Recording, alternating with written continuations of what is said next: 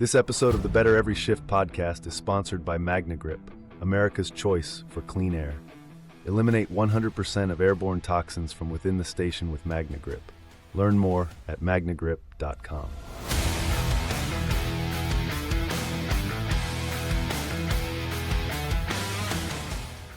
Hey everybody, welcome to the Better Every Shift podcast. My name is Aaron Zamza. I'll be your host today. I'm a fire lieutenant up in the northern part of the country, up in Wisconsin. I also write for Fire Rescue One, and I sound smart because I get to write for and with the editor-in-chief of Fire Rescue One. I like to call her the commander,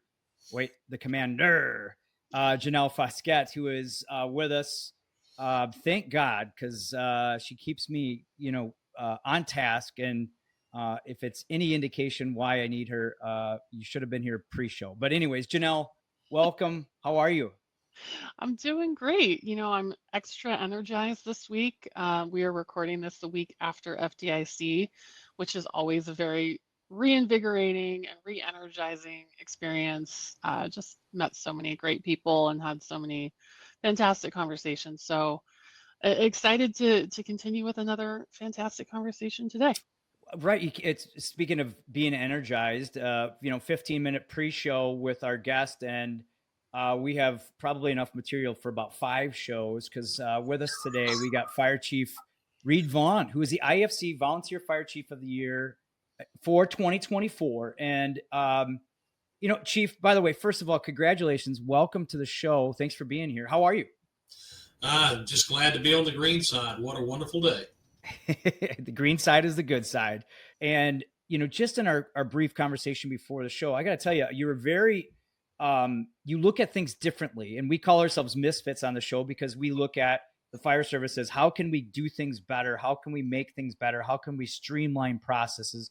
How can we bring resources together to get the job done? And you've done a tremendous job of that, throughout your career. And again, it's a very, very warranted award. And we're going to try to bring out a lot of those ideas and just your, a little bit about your history. And why you're so deserving of this award. So again, congratulations. But what was it like? I know you probably, like you said, you don't like to talk about yourself, but we're going to try to get it out of you. How did you first, how were you made aware that you won the award? Well, I got a phone call, and it was from the executive director informing me that this had happened. And I was like, really? Did anybody else apply? Was I the only guy? Or did you draw it out of a hat? What did I do to deserve it?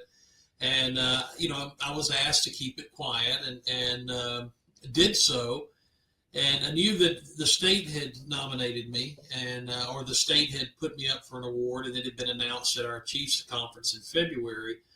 And they were worried about how to get me to Atlanta. And it was, they know that I'm one of the, when I'm not here at the college, the fire college, or traveling around the state to a different volunteer department, I like to be home because I can't do any good for my community if I'm not home. And they were cooking up ways to get everybody there. And finally, they just had to come out and say, hey, look, you won the Southeast Chief of the Year. And we didn't want to tell you. Well, I kind of had something, I figured I had to go through a process to get the phone call I'd gotten.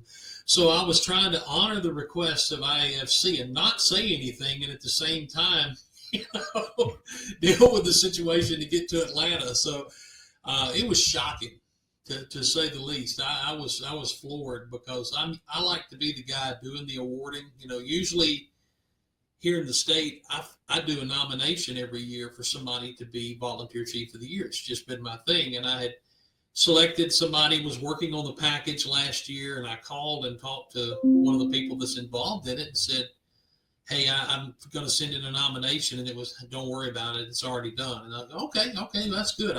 Somebody else picked one. Little did I know, the old blind hog found an acorn. And it was you. And, yeah. And how long you've been fire chief of the Cuba Fire Department in Alabama for how many years? 2006 was the first year, so we're coming up on 20 years. That's home. My people have lived there since the middle of the 19th century, so And it's a family legacy. My great-grandfather was the first town marshal and fire chief. My great-great-grandfather was the first mayor.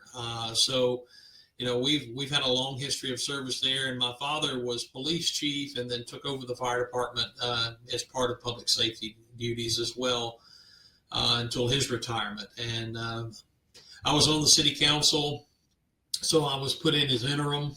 And I guess I'm still the interim fire chief. You never made that change? It was mere semantics, but it was just the term interim, and then all this, just kind of morphed into you're the guy. So I've been the fire chief since 2006. You could probably say that you're the only interim fire chief to ever win the award. That'd be further to the misfit comment, See, yes, you're fitting right in with us here. History. We just made history. You made history for, not only for the award, but where you are, your classification. But you also your background is teaching too. So you work with the Alabama State Fire College, and you've been there for 20 years old. Also, almost 20 years. No, I've been here since I believe it's 2011. Okay. I left the classroom. I taught history and science, high school level, and was in school administration. And I was brought here largely because of that background in education and school administration. There were some programs that they were attempting to start, and they were looking for educators. And so that brought me to the field. And I was laughing the other day. I said, when I first started for the fire college, I had a state car parked in the yard, but I drove a golf cart to my office every day because it was 2 blocks from the house. It was great. And then I got brought to campus, and it's an hour and 15 minutes from home one way. And that's now my daily commute. So I get an hour and 15 minutes of phone calls on the way to work, and an hour and 15 minutes of phone calls on the way home. Yeah, we talked again off camera. I mean, you're one that always is trying to improve yourself, improve your system, and I like a part of the conversation we had is about how you've looked at mutual aid, a little differently. And I believe in 2001. You kind of looked at, wait a minute, we're not using the resources in our county. We're not relying on each other to effectively provide service. And that was a long kind of process for you. Can you describe that a little bit? I think this really defines a lot about your perseverance, your mindset, and your how you think. So take us through that whole process. Sure. Reading books from around the country and magazine articles and looking at different events, you see how prescribed alarms, where if you have this type of incident, you get this type of response. And looking at the resources that were available to departments, it's kind of a perfect storm analogy or situation rather. We had increasing alarms. We had interstate traffic all across the county, industrial buildings, things that would generate more than what one department could handle, period. And that was the nature of the beast. Alabama had a system called the mutual aid system, and you literally, by law, had to have someone on scene from that department that was responsible for that area before they could request assistance. You couldn't enter someone else's territory. It was ridiculous. So you'd be on scene of a structure fire and then say, holy cow, now I need additional, but you couldn't based on call notes or, plume of smoke in the air or whatever, right? Like you had to wait until you were on location, right? Most counties had an existing mutual aid agreement that was drawn up in the 70s. And that was basically how that was done. So we looked around, and my deputy chief, who's still that today, was an officer at Miramar, and he was part of the United States Federal Fire Service. And it baffled him when he moved back here. He spent a week out of the fire service since the 1960s, by the way. That was to drive across country to establish, back in his home county. And he was just amazed that we didn't have any type of aid system. We literally had to get there and then ask for assistance. Well, by that point, it's a parking lot. Why don't you carry paint and at least stripe it when you're done? People can park, And I wrote a white paper and presented it to the board, and used times and analogies and travel distances. Even had some maps in that white paper about why this system would benefit us. And was newly elected to the board, county fire board, and it was anathema. It was kryptonite. We couldn't do that. We couldn't think that way. No, we've never done it that way before, and we're not going to start now. Well, as rosters begin to dwindle, especially in the southern portion of the county, we looked at those 5 stations that really covered everything along U.S. Highway 80 across the county in an east to west fashion, then to the county line. And a lot of rural area, but there's quite a bit of developed area, schools, churches in there, convenience stores, things of that nature. But a lot of interstate traffic, and now, of course, 4-lane highway traffic. Major construction project was going on, and we signed automatic aid agreements. And it started to draw 3 engine companies to a structure fire, along with a chief officer. We met together regularly, once a month. Chiefs did, and officers, lieutenants and above. And we started looking at the things we had to have to improve common radio frequencies. I mean, there was a structure fire where I literally had to have an aide follow me around carrying the other radios to talk to everybody. Mm-hmm. Just because everybody had a different radio system. The county had a UHF system, the cities, I'm a municipal fire service official. We had VHF, and then people from out of county were on a different channel. And it was stupid, for lack of a better term. What a way to run a railroad, And so common radio frequencies. What apparatus deficiencies did we have? We didn't have any tankers. We also didn't have any hydrants in a lot of these areas where homes were being built. I'm not a really good firefighter, but I know that water is important. Yeah, you got to have more than what's on. How many times as a firefighter in the 90s did we just about get it out and have to disconnect and run back to the hydrant to fill up? And by the time we come back, we got to do it all over again. It's a Sisyphus pushed the ball up the hill. How ridiculous can you get? You continue to do the same thing, and you get nothing out of it. Yeah, isn't that the definition of insanity? But we began to write grants, identify. My wife and I had a consulting business at the time. We were writing grants for underprivileged departments all across the state and southeast, from Arkansas to Virginia. And we focused on our county, and we put 3 tankers in service within a year and a half with grant funding. Replaced engines. Grant funding replaced our entire radio system. PPE, we were chasing every grant dollar we could find, because if you look up poorest counties in the country, just search for Sumter. You'll find it on the list. Per capita income at that point was somewhere in the neighborhood of $12,000 to $14,000 in portions of our coverage area. There was no money. I know personally, I've watched fire officers pull money out of their pockets to put fuel in trucks. Mm. It's just the way it is. It's the nature of the community we serve. But we began responding 3 engine companies to every working alarm, every commercial vehicle fire that we would, and we have quite a few of those, would draw the same response. And then we began to train on water supply. Mark Davis from Maryland got Big Water. Those guys came down. We did that in 2010. And on the first day we did it, with all the improvements in apparatus and training that had been achieved, we were running 800, I think it was right at 800 gallons per minute for 3 hours on a simulated clock. That's not bad for a rural area with dry hydrants. I mean, yeah, who just got new trucks. Yeah.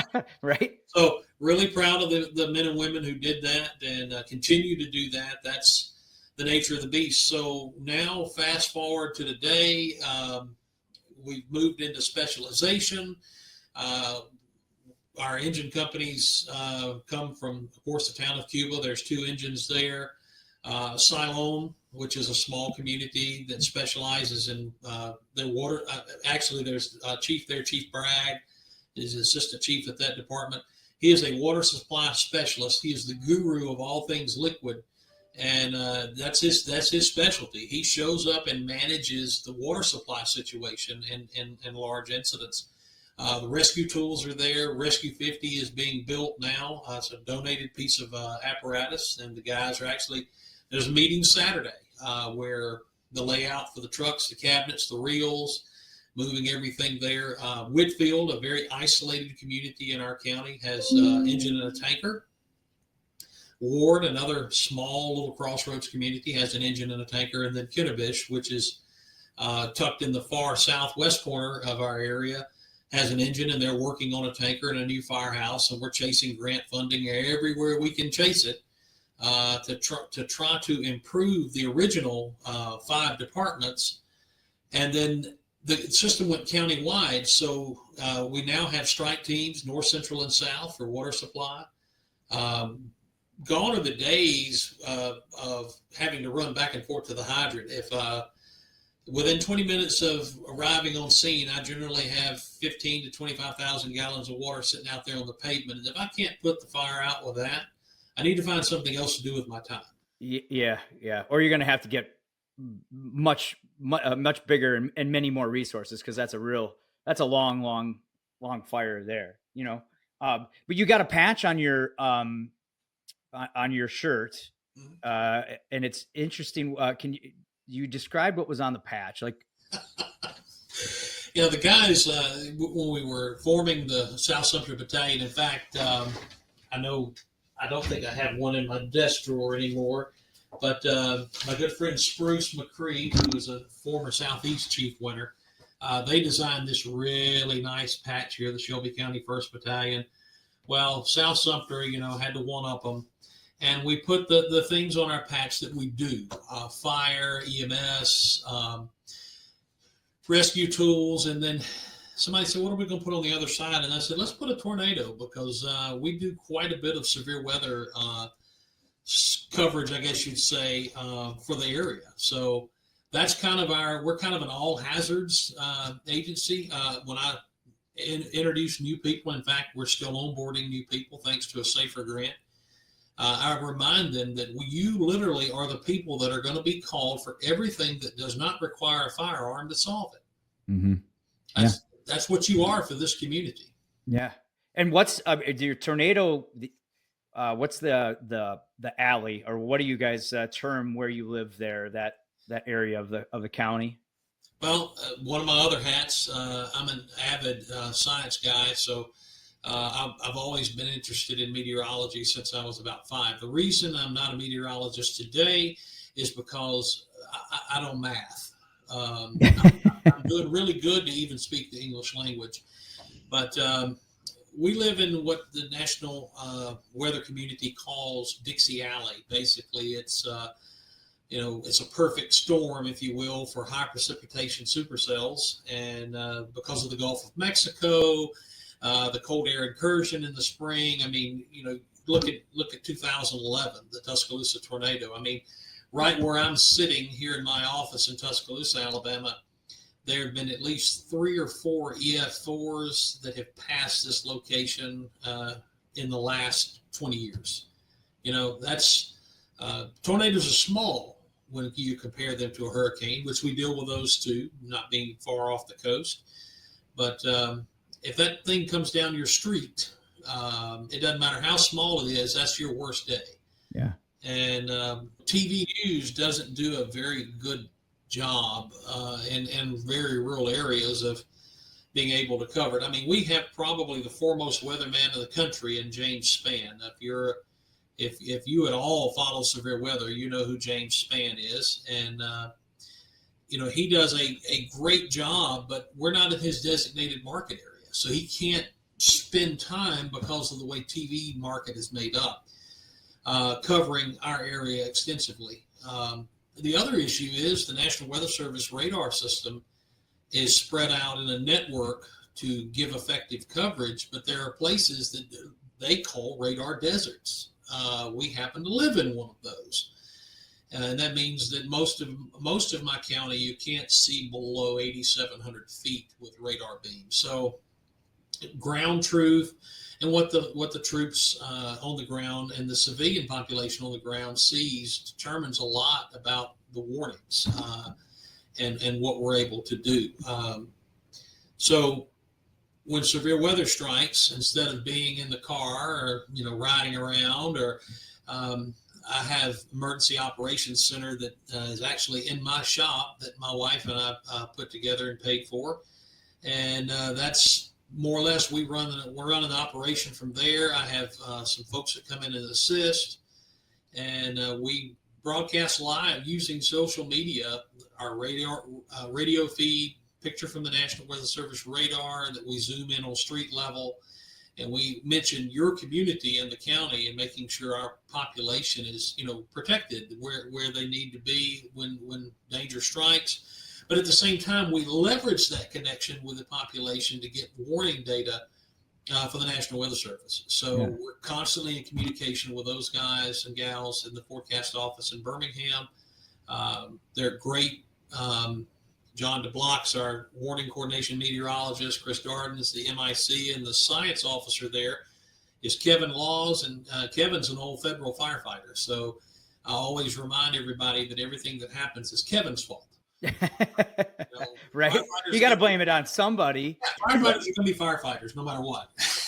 But the interesting part here, so I want to just make sure everybody is aware. So you're not only you're using technology, and right, you're just saying, hey, we can do this a live feed via Facebook or one of the social media outlets, because you're already talking to boots on the ground. So one half of you is radio comms with now all of with the county, because you got the county on the same radio communications. You got the county working together, different departments. And so you're saying, hey, what are you guys seeing over here?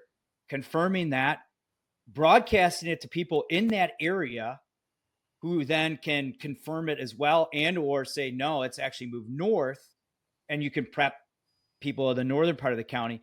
And you funded this by yourself. You put together this little, twister office capacity. I don't even know what you want to call it, but headquarters. It's pretty innovative, especially for a county that's very underserved. And, you just got it done. Right. I love that's Janelle and I were talking about. That's the misfit mindset. Like, look, here is our job. All right. Money. Okay. Well, we're going to take grants. That's going to take time. But what can I do immediately today?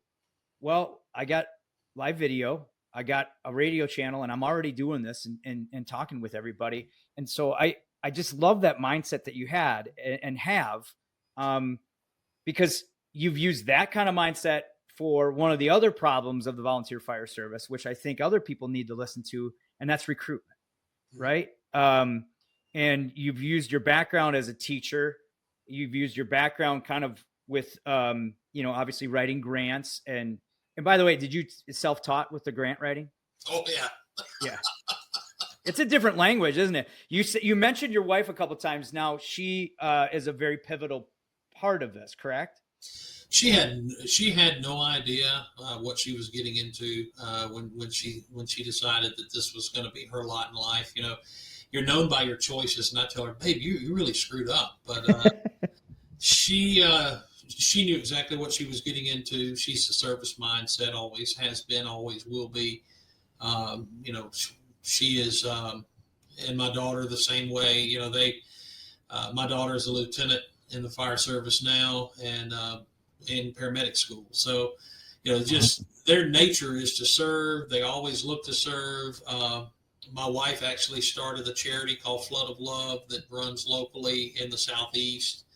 And it actually originated over the floods in Louisiana, where around Gonzales and that area, Baton Rouge, they had significant flooding about 10, 12 years ago. And a convoy of fire department folks from our county went down with supplies that had been collected. And they decided to formalize that process and formed a charity, and it's still in existence today. So when hurricanes strike the Southeast coast, we go to those tiny communities that often get forgotten. We, through the National Volunteer Fire Council, pair up with the board member from that state and say, give us a community that's not getting served.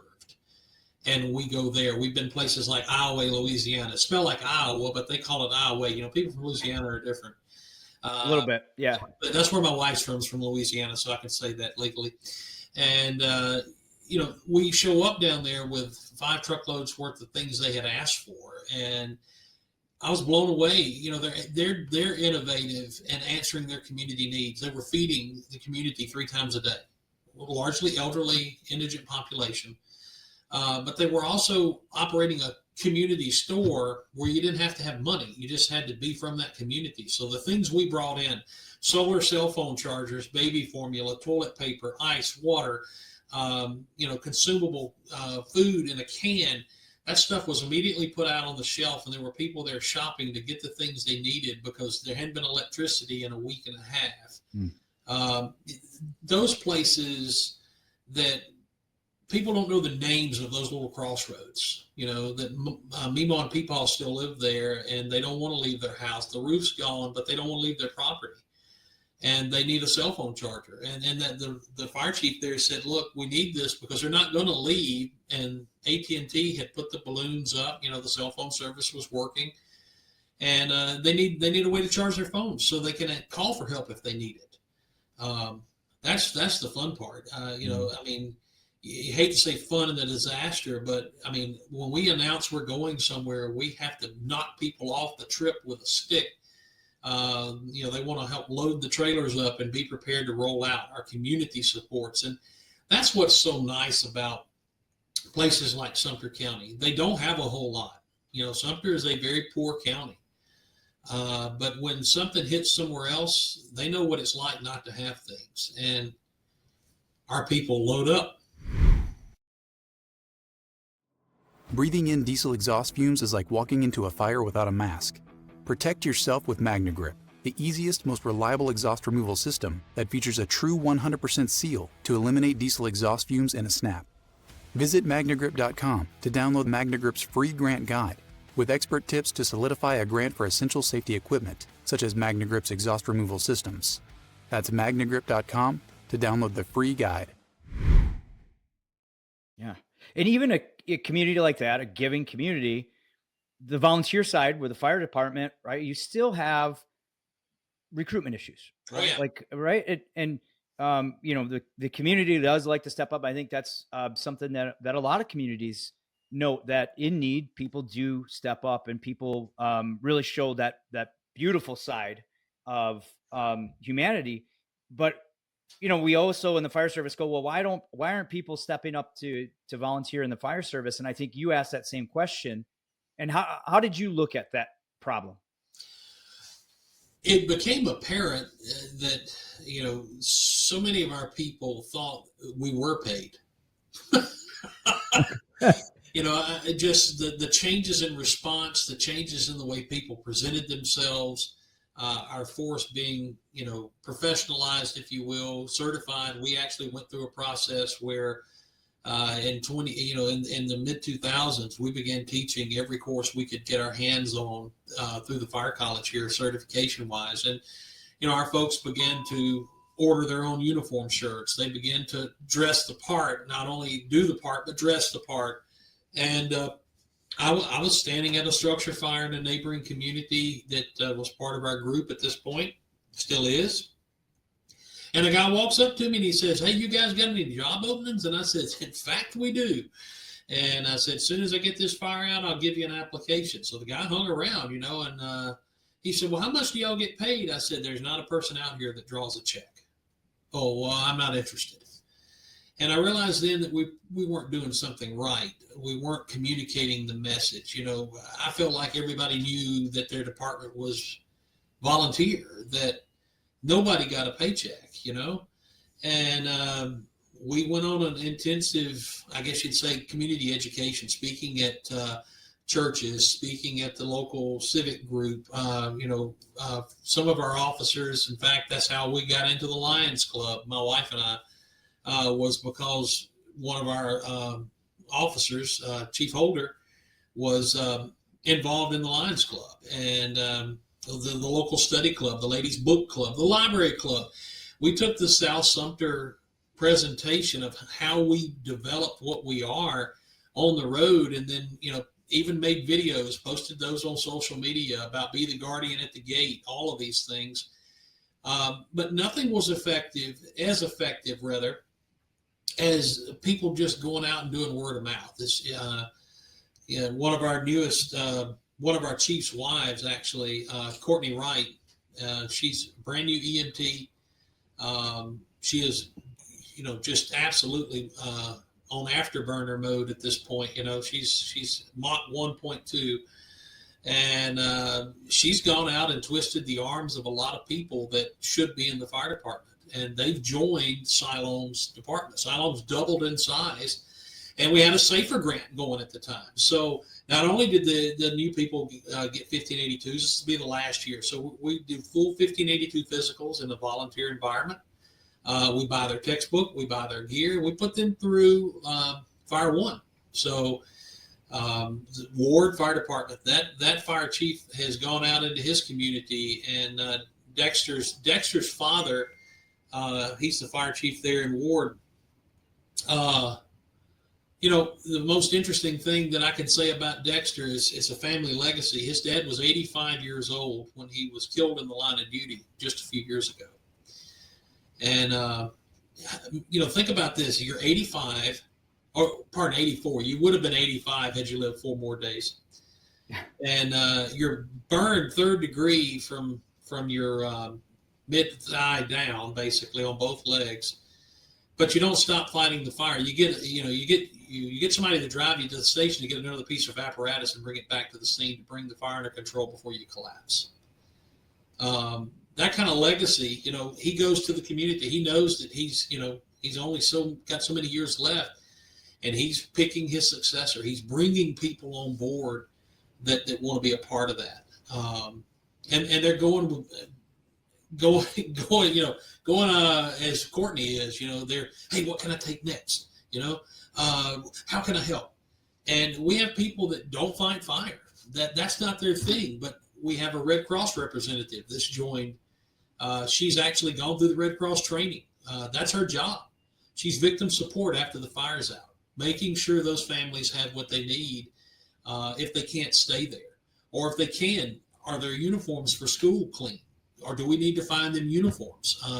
Let me talk to this charity or this church, or, trying to be, I hate to say it like this, but service after the sale. There's a job for everybody. Records management, communications. There's a lady, she's in her 80s. She's not as active as she once was, but she was a retired sheriff's department dispatcher. And her husband was one of our communications guys, and helped us build out the radio system, which we built ourselves. But she would make sure you knew what the physical address you were going to, who it was. We used to have we still do. We use Zello now. We used to have Southern Link, but we have our radio system tied into tablets and phones so that they can have private chats that's not, available to dispatch or the public internally. And you can also get on our radio system from anywhere. I was sitting in a restaurant in North Dakota at a NVFC board meeting several years back, and they were trying to find the gate code for a camp house. And I heard them talking on the phone, and I picked up my phone, opened it up, and I keyed up and told them the gate code is this, or the key's hidden over here on this side of the gate. I'm in North Dakota, and they're standing there in the middle of nowhere with a portable radio, listening to me come through a cell phone. And we did that with local funding because we couldn't afford to do any better. I think the one-on-one part, you hit something there, because I believe a lot of people don't understand the fire services like they used to, like you were saying.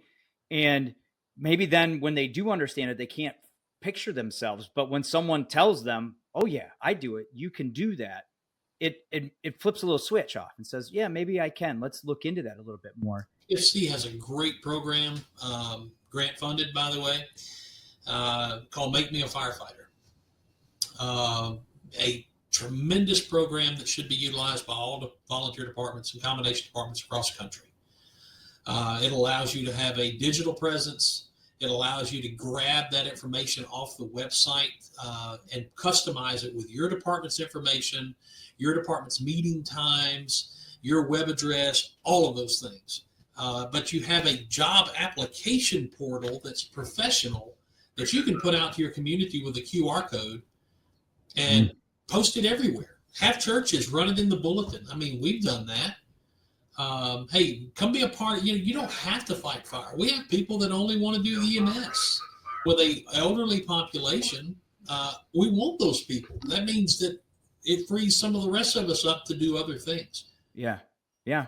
Right. Find if they're willing to contribute, you'll find somewhere to go with them and some way for them to contribute. Storm damage. Yeah. We literally have guys that don't respond to structure fires that are on our roster that are trained, but their specialty is they have some personal heavy equipment, and they'll come out when a storm hits and clear those roadways and get those roadways back open quickly so emergency apparatus, fire trucks and ambulances and patrol cars can get into neighborhoods, freeing us up to do other things.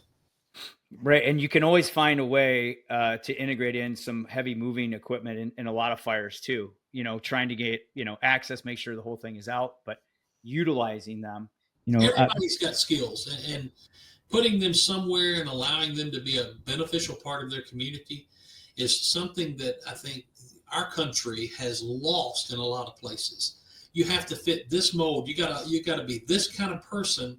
You have to be a firefighter. You have to do it this way. If you can fog a mirror, I'll find you a job. If you can fog a mirror, I'll find you a job. You're right, though. The traditional way of thinking maybe has inhibited us a little bit. And, and I've mentioned numerous times of how you've thought differently and innovative kind of mindset that you have. You also looked at that when we were teaching Fire One and teaching in the fire service, and you've come up with kind of a hybrid of teaching that has really helped not only transform the volunteers in your area, but in the state. Just kind of recap like what your hybrid methodology was and why it's so successful. Well, Larry Jarvis, my predecessor here, in fact, this was his office, put together a class, 0607, where they were utilizing a online system to teach Firefighter One volunteer in Alabama, which is by law 160 hours of training. And, it operated differently than what we do now, but it was the first attempt at it. And it didn't have that many completers, but Larry was another one of those innovative guys. Larry's a volunteer's volunteer. He was a paid guy, but nobody defended the volunteer service more than Larry Jarvis. I call him Lawrence, and he says that's not his name. But in 2010, we really got started. I ran this class locally. We have a university in our county where we had a high transient population of students coming in and out. Livingston Fire and Rescue, which is part of our county system, had opened a student program. And we were recognizing the fact that, we had to accelerate the learning. We had to do some things. So we taught the class in person the first time, got a group of instructors, a cadre of instructors trained up. And these weren't guys that, had not been exposed to the fire service before. Deputy Chief Holder was in that class. This guy holds every certification CAL FIRE could produce. He's got a CV about that thick. Well, Alabama didn't recognize it at that point. So he goes and starts over in his 60s as a volunteer firefighter recruit and takes that class. We roll into instructor. Then we began to teach this class using a system called Moodle.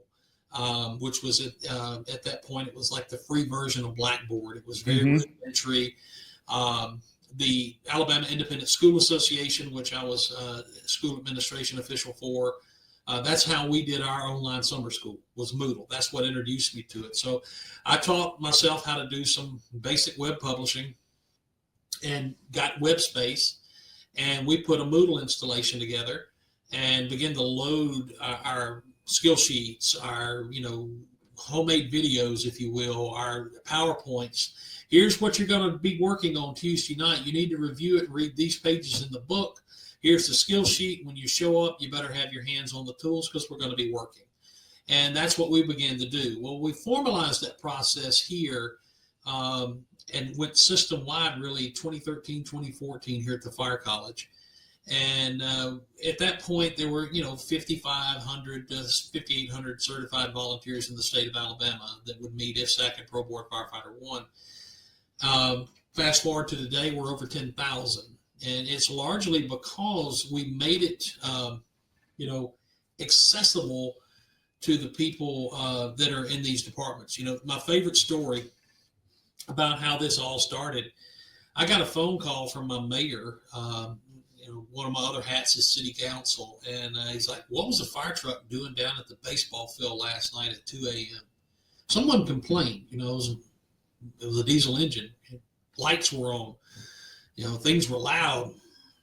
Can't do that in a small town without causing controversy. Everybody knows, yeah. Everybody knows. And then it's the gossip session at the Liars Club breakfast or the beauty parlor, better be careful with that. Yeah, God forbid talk about it at church. That'll get you in trouble. Yes. Well, my response was, I don't know, but I'll find out. So I reached out to the officers that, were teaching the class, like, what was going on?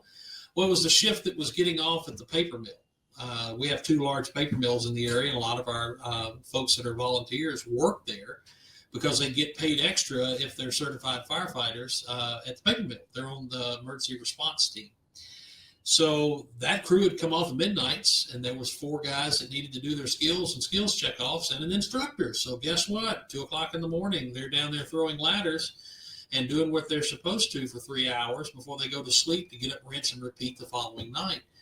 And I explained, hey, they're doing their skills. And that was the beauty of the hybrid system. It was available when the volunteer was available to do it, not when we opened the classroom and said, you better be here at 5 o'clock for death by PowerPoint. And it changed how they trained. What we found is David Boyd, Dr. David Boyd, was a staff member that worked with me here. David was a former commissioner, and he came back to work part-time and was my program coordinator for hybrid programs for a while. We noticed that the scores on the hybrids were higher than the traditional, and that's really twofold. If you're not self-directed, you're not going to make it in a hybrid program. You have to want it, and if you don't want it, you're not going to make it. But we also found that the number of hours that the individual firefighters spent with their hands on the tool increased. So it's just part of what happens here at the Fire College. Not only we do volunteer in a hybrid format, we now teach officer courses online that are project-based. In fact, we teach, we have a system. We went to Oklahoma in 2015, I think. Drove out there for a day and then turned around and drove back the next day looking at a small college just inside the Oklahoma border from Arkansas, Kiamachi Tech Center in Poto. They were teaching paramedics statewide through video. So we came back and we wrote grants. I put together a Russ grant here, and we bought video distance delivery equipment that we put out around the state. And now today, through a much better system, our paramedic program downstairs here in the building is teaching paramedicine to 6-7 locations around the state, where the instruction's happening right here in Tuscaloosa with some of the best instructors in the country. We have a 100% pass rate, by the way. Nobody's ever made it past their second attempt on registry without passing as a paramedic. So we have that program, plus life-paced advanced and life-paced EMT. So they're able to show up and do their skills, do their rotations, they're managed, they go at their own pace, they have a defined term they complete in. That's the way things are working now. That's the way people learn. Mm-hmm. They don't learn by sitting in front of PowerPoint and listening to a guy like me drone on. They learn by reading and doing. They learn by putting their hands on the item and going to work. And can't say enough about how that program was born and what it has done. Today, the predominant way that volunteers are certified in the state is through our hybrid system.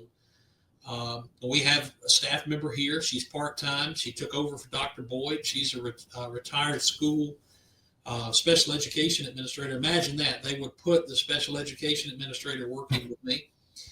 They knew that I probably needed all the help I could get. Kelly manages that program statewide. And it's just leaps and bounds. Well, just looking at the problems we have differently in the fire service, and hopefully for those that are listening now understand why you were so, I think, very worthy of that award, the 2024 IAFC Volunteer Chief of the Year. So congrats on that. And just the way that you've been solving problems, the way that you've looked at things and said, hey, we're going to find a way. We're going to figure this out. I have technology around me. It may not be, the most pretty way, but we're going to find a way to do it. And so congrats. And I know people listening are shaking their heads going, man, maybe we can do a little bit better. Cause look at Chief over there, Chief Vaughan, doing all this stuff with not a lot, other than a will and a different mindset. And Janelle, I know we're partners with IAFC. I believe they're taking applications for 2025. Is that correct right now? Yeah, the window is open right now for nominating a deserving chief for the Fire Chief of the Year award. Every year they award one career, one volunteer chief. Nominations are open until May 9th, and we will include a link to how you can nominate someone in the show notes. You can also just go to the Fire Rescue One and search the IAFC, or go to the IAFC's website, iafc.org, for the links. Also, in addition to the Fire Chief of the Year award, they're also taking nominations for the Ben Franklin Award for Valor. So just a quick note there. But Chief, I would look to you again to say, what would you say to encourage our listeners to nominate somebody, what it meant to you and the power of one of these awards? Well, I was completely surprised. It was our state's chief association. They reached out to folks at home. They had my wife collaborating behind my back. They had my deputy chief collaborating behind my back. People here at the college, it's to be the guy singled out, to be be named. I don't deserve it. They're people that do the things they do that make what I do possible. There would be no South Sumter if it wasn't for the folks at home answering the calls right now. There would be no volunteer system in our county if it wasn't for the men and women who work all day, raise a family all day, but still find time to come to the aid of fellow county citizens when they're at their worst, or just the people traveling through when they're having their worst day. Don't forget those people. Honor those people that are in your community. If you're a fire chief or a firefighter in a department, and you have that person in your county, pick them up. They're people that need to be pushed into the pile for this award. I was the blind hog that found an acorn. So if I can find it, if I get nominated, think about the people who deserve it so much more, because there are people that I come into contact with here through the State Fire College every day that I'm just blown away by what they do for their communities that nobody ever knows about. They don't know that at 10:30 at night, they're asking a question in the email about how to get so-and-so into a class because they know that's what their community needs. They've identified that problem. And where can we find money to do that? Or is there a grant program that does this? They've worked all day. Not only have they done that, they coached a ball game that afternoon. We have a rule, and I refer to this all the time, and it's free for poetic use. It doesn't cost you anything to have it. It's called the STP rule. Do either one of y'all know what the STP rule is? No, but I'm going to write No. it down. Well, if you want something done in your community, you find the busy people, because it's the same 2, same 3, same 10, same 20, same 30 people that make everything happen. So the guy and the gal that's on the volunteer fire department is also the guy and the gal coaching the ball team, or teaching the Sunday school class, or out picking up trash on Saturday, or delivering groceries to a neighbor who just can't get out because they're injured or sick. Find those people, lift them up, because they're the ones that are going to carry your community and keep your community together, regardless of if there's 20,000 people that live there or 5. It's those STP folks. I agree wholeheartedly that there are so many wonderful people that are in the fire service that make it so great, and we need to highlight their stories and highlight all of their efforts. And thank you for coming on and highlighting, your efforts and allowing us to highlight them for you. Because as I said, I know you didn't like to do it, but we're going to do it for you. And and obviously the essence of the show is better every shift, being better, trying to improve. And I know that you've been really the culmination of that throughout your career, but you got us all listening now. And I'm always curious, what was one of the best pieces of advice that made you better? Well, it's an old mantra that was used here at the fire college, and I think it's true of the fire service. Sometimes you have to steal the best and write the rest. Somebody out there is doing something different than the way you're doing it, and it's working. If it's working there, it will likely work where you are. Grab it and customize it, fix it for your area, find a way to pay for it. And don't start today explaining why you need something tomorrow. Start today explaining why you need something, and then get it done. It may take 6 years to convince, it may take 5 years, 20 years, who knows, to convince the rest of the population, the elected officials, that something is needed. But, continue to educate. We go to the State House here every year trying to explain why the volunteer fire service needs more money. And they don't understand this, that, and the other. In fact, I about came out of my chair sitting here in the office one day listening to a legislator, and she didn't mean anything by it, but I passed this derelict fire station the other day, and she said, the grass is cut, but I never see anybody there. And someone on that committee had to explain to a legislator who lives in a municipal environment that that's really how most of the state has fire protection is. Nobody lives there. And she goes, "You mean they come from home?" And what? Well, yeah, that's how it works in most places. They come from home. They drop what they're doing. They jump off the tractor. They leave their place of business and they go to work. And being able to explain that and to continue to educate folks that's how it works. It's not the magic bullet. Hey, combination departments are what's happening. I just read an article here for a department right outside our gate that's wanting to hire paramedics during the daytime because of the number of medical calls. And then folks that can successfully navigate that environment. NVFC has tools for that. How do we help you navigate to that next level to help protect your community? I'm not married to one model. It's what's best for Cuba. It's what's best for Inglewood Holes. It's what's best for hopeful Slap Out, Alabama, or whatever state you're in. Find what's best, see who's doing it, talk to them, have them come in and teach the class, have them Zoom in. My goodness, in the modern era, with the ability to do the things we're doing, we're all 3 in different locations, but we're actually talking to each other, not at each other. Yeah. Being able to leverage that technology to bring it into where you are, steal that best. I hate to use the word steal, but literally grab the best and write the rest.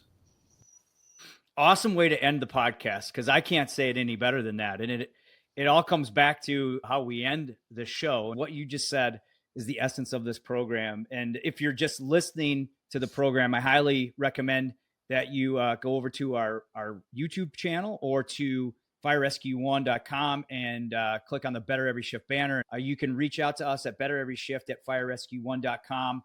You can let us know if we're on something or onto something. And if you want to get in contact with Chief, have any questions for him. And when Chief mentions, grab the best and write the rest, it's all about, looking around you. People have done some great things. So mimic that, and then, change it and alter it based on your own needs. And, right. It comes down to getting better every shift. It's about learning something. It's about doing something, sharing something, and moving something. You got to do that, right? You got to take action to make you and those around you better every shift. Thanks for listening, everybody.